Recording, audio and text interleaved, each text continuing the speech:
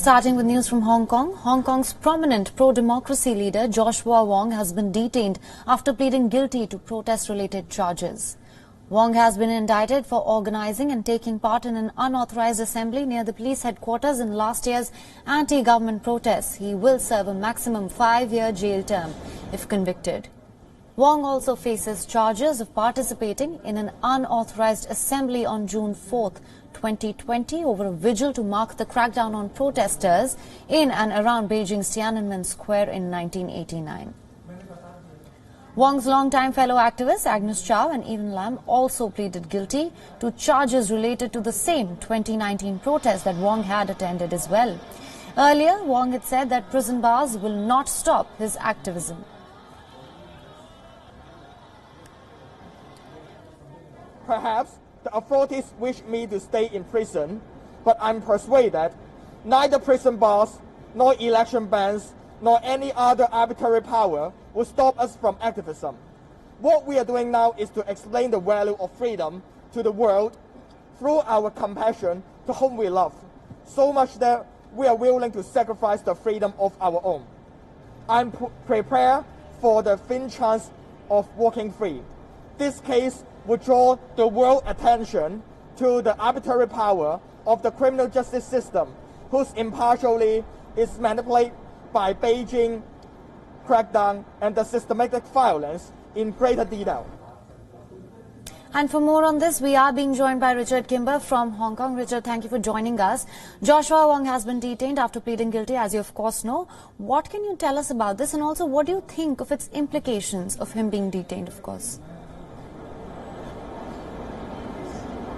Yes, I'm standing outside the courthouse where this trial has taken place. You can see behind me there's still a big throng of media here waiting for the 3 activists to actually be formally taken into custody from the courthouse after things have concluded here.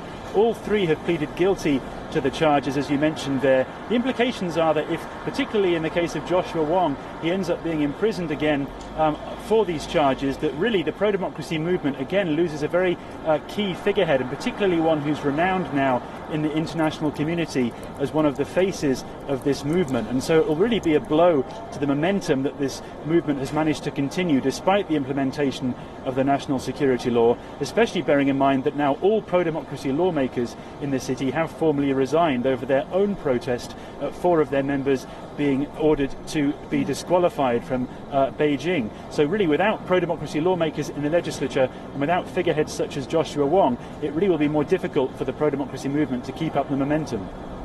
Yes, of course. And also, what can you tell us about the impact that this will have on the sentiments of other protesters and activists? Well, certainly these 3 protesters have been very active and very vocal ever since the protest movement began. So to see them appearing in court again and potentially facing more jail time is a significant deterrent for many other protesters that may also still be harbouring frustrations and wanting to see more social unrest to voice those frustrations on the street. That's really the effect that the national security law has had here. It's returned the streets effectively to normality, even if it hasn't necessarily solved all of the social problems that led to those frustrations in the first place. But the efforts of the protesters to continue working towards pressuring the government again will come under a great deal of scrutiny if people like Joshua Wong end up behind bars again. And despite his claim before he went into the courtroom that he will continue campaigning irrespective of the sentence that's handed down next week, it's hard to see how that momentum can continue if he is indeed in jail. Yes, I was actually going to come to that now that he has been detained. What is the way forward? As you just mentioned, he has been very firm that this will not hinder his activism. Well, he's been appealing for people to continue to support him online. He's got various platforms that he uses to try and promote his activism. And for the other 2 protesters as well, they've still been fairly vocal despite all of the pressures they've been under with these charges and with their arrests. But really, it's hard to see how figures other than him can still stand out in the way that he's been continuing to do so, since many other pro-democracy lawmakers, many other campaigners in the past 2 weeks have also faced arrest and charges under various protest-related incidents over the last 12 and 18 months. So again, the momentum really flagging after events like we're seeing today. All right, Richard, thank you so much for joining us with all those details. We will continue to track this very closely.